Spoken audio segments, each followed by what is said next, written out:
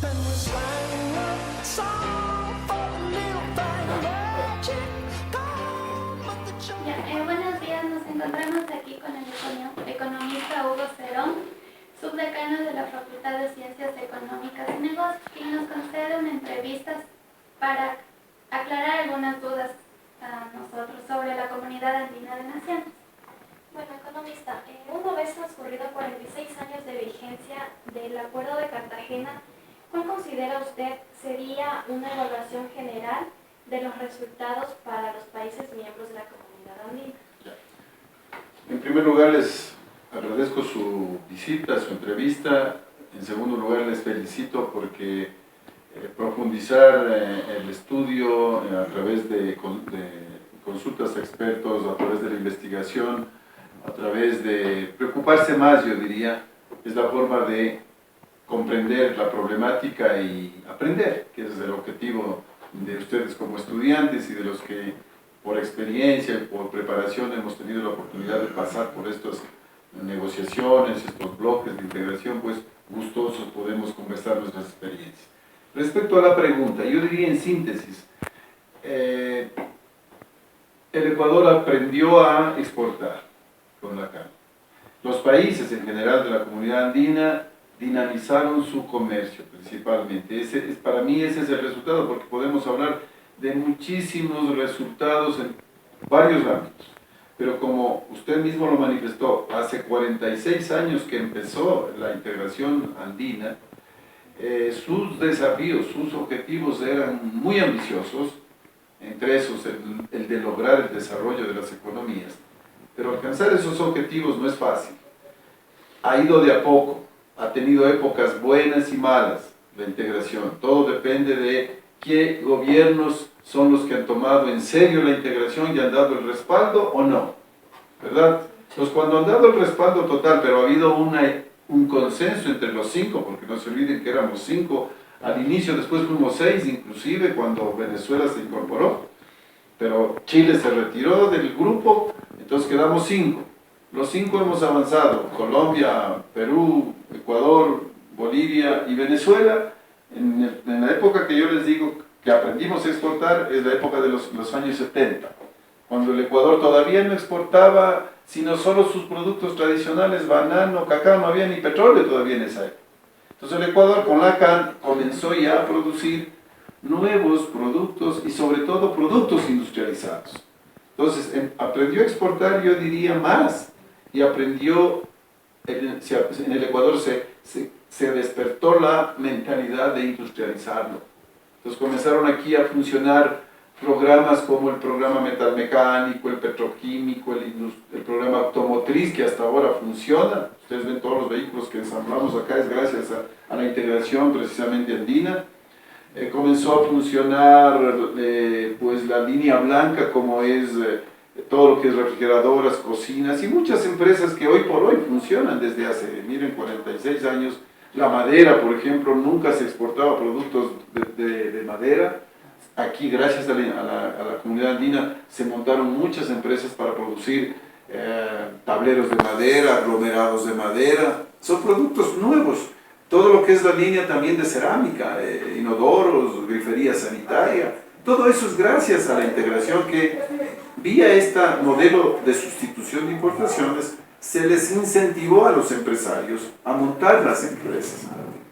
¿Y las empresas qué son? Son generadoras de producción, de riqueza, de empleo, sobre todo empleo para los ecuatorianos. Entonces, esas son, yo diría, en resumen, los resultados desde el punto de vista económico, comercial, ¿no es cierto? Es decir, más exportación. Si en el año 69 que se creó, el 70 y toda esa década se exportaba, por decir algo, a la comunidad andina unos 100 millones de dólares en aquel tiempo. Imagínense, hoy exportamos alrededor de 2.000 millones de dólares hasta la Unión Europea, sumando todos los países, no solo y superamos eso, ¿no? Todo depende de que si ponemos petróleo o no, porque con Perú el principal producto de exportación es petróleo. Miren, para irles mencionando resultados de orden económico y comercial, pero también tenemos resultados en la parte de infraestructura, en el transporte, buenos resultados. Tenemos temas de también avance de la parte social, ¿no es cierto? Aunque no se ha logrado todo, como decía al inicio, pero hemos tenido resultados en cuanto a otros programas complementarios, como por ejemplo en educación. Mire, la Universidad Simón Bolívar, la andina, es aquí resultado de una integración andina, que es una universidad prestigiosa, una universidad acreditada a nivel nacional e internacional. Miren, en salud, porque hay convenios complementarios en la Comunidad Andina de Naciones, como el Hipólito Unanue, el Simón Rodríguez, todos estos son otros convenios que actúan en las áreas de salud, en las áreas de educación, etcétera, ¿no? Eso es lo que en resumen les podría decir sobre el tema de la CAN. Bueno, economista, como otra pregunta tenemos, ¿con qué medidas se podrá lograr revitalizar la CAN para darle nuevamente espacio relevante en el contexto regional y que le permita avanzar hacia etapas superiores en el proceso de integración? Esa es una pregunta bastante, yo diría, difícil de contestarla, porque dar una respuesta salomónica como quisiéramos no se puede. Hay que analizar distintos aristas, pero principalmente tenemos que tomar en cuenta la voluntad política. Yo, antes de decir cuál sería esa fórmula, primero pensaría en qué gobiernos nos van a dirigir de aquí para adelante a los países, ¿no? Es decir, el modelo de desarrollo y la ideología de los mismos. Por ejemplo, cuando no hay armonía entre los gobiernos, si el uno es con tendencia de la derecha y el otro es tendencia con la izquierda, se estancan los procesos. Lo que está pasando hoy por hoy, la CAN, ¿por qué está en los últimos años estancada? Porque nuestros gobiernos de Venezuela, de Ecuador y de Bolivia siempre están buscando otro modelo de integración diferente al que tiene la CAN. Y tampoco, pero se atreven a decirle ya a la CAN desaparezca, ¿no es cierto? Bueno, Venezuela no dijo desaparezca la CAN, sino se separó, ¿no es cierto? Debilitó, yo diría, al proceso global, ¿no es cierto? Entonces, miren, si tenemos tres gobiernos, o dos, bueno, en este caso quedaría Bolivia y Ecuador, con una tendencia diferente ideológicamente, incluso de modelo, con el que tiene Perú y Colombia, entonces no se pueden poner de acuerdo, entonces estancado. Mientras en un gobierno, los gobiernos generalmente, como el del colombiano y el peruano, buscan una apertura, una globalización de sus economías, nosotros nos estamos encerrando, protegiendo. Miren el Ecuador, que ha hecho cada vez barreras más altas.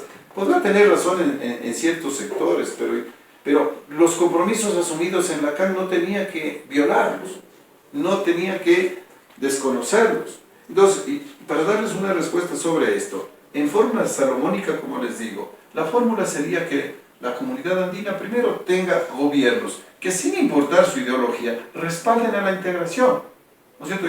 La integración es pluralista. ¿Qué quiere decir eso? Que está sobre esas ideologías.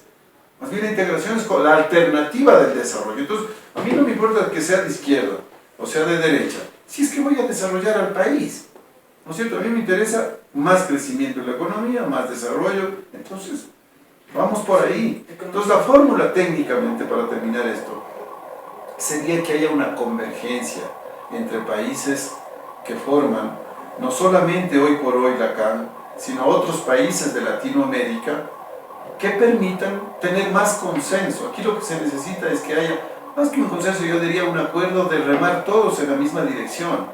Entonces ya eso de la convergencia implica algunas situaciones ya a la hora de poner en práctica, pero la figura es converger. Converger, ¿qué significa? Ir hacia un solo punto. Si queremos la integración al final, tenemos que todos ir cediendo, ¿no es cierto?, ciertas decisiones, ciertas incluso soberanías gubernamentales para lograr el objetivo global, ¿no?, y comunitario.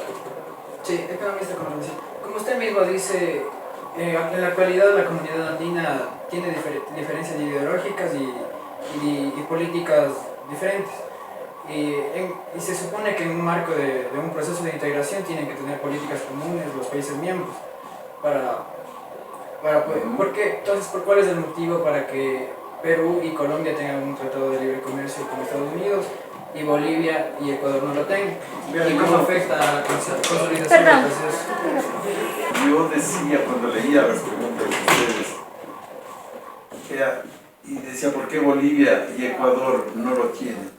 Por lo que les acabo de decir, simplemente son diferentes políticas que están aplicando los gobiernos. Yo me sonreía un poquito y me daba la respuesta para mí, por no decirles aquí, porque me están grabando, la respuesta es porque nos hemos quedado. Colombia y Perú son más progresistas.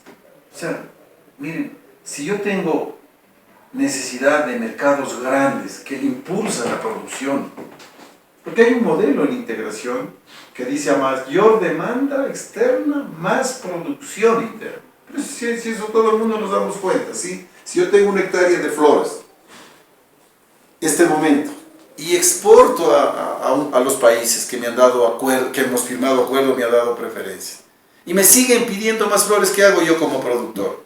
Siembro más flores. Entonces, esa hectárea ya se hacen 10, 20 hectáreas. Esas 20 hectáreas ya dan puestos de trabajo a 100, 200. Eso es crecimiento económico.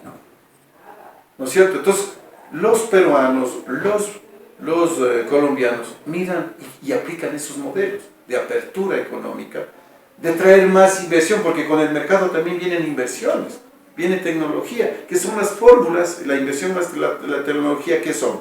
Fórmulas de desarrollo de los productos, de las economías. En cambio nosotros, lastimosamente, los bolivianos y los ecuatorianos, decimos, no, eso es un tema de que las grandes potencias nos van a seguir explotando a los pequeños. Y no superamos esa barrera. Cierto que las grandes potencias también tienen sus yo diría, sesgos, pero es cuestión de una buena negociación. Negociar bien. Si hay un costo-beneficio en la integración, es costo-beneficio. No todo es color de rosa en la integración. Claro, si fuera color de rosa, si la integración fuera la panacea de todo lo que estamos buscando, excelente.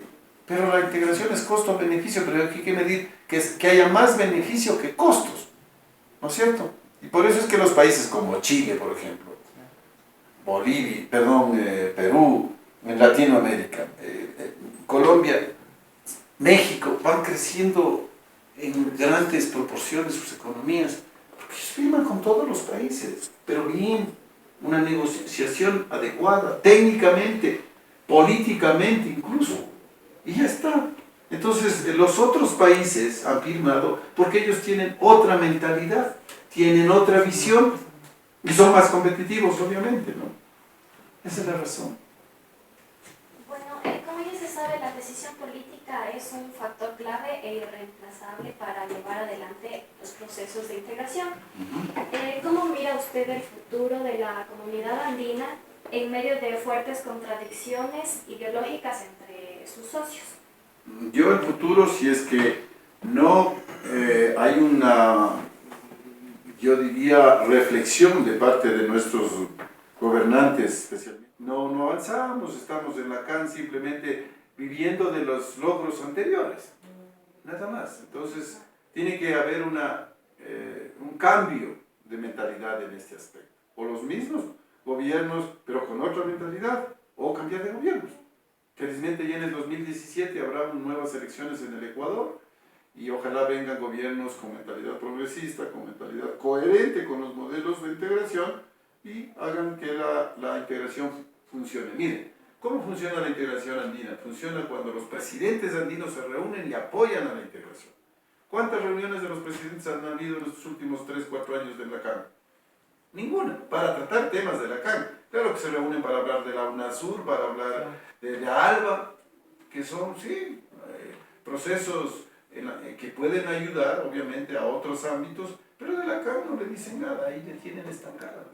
Entonces, ya, mentalidad y voluntad política de cada uno de los gobiernos, consenso, gestión y decisión. Entonces, economista, muchas gracias por la entrevista, le agradecemos. Espero que les haya servido, jovencitos, y me voy.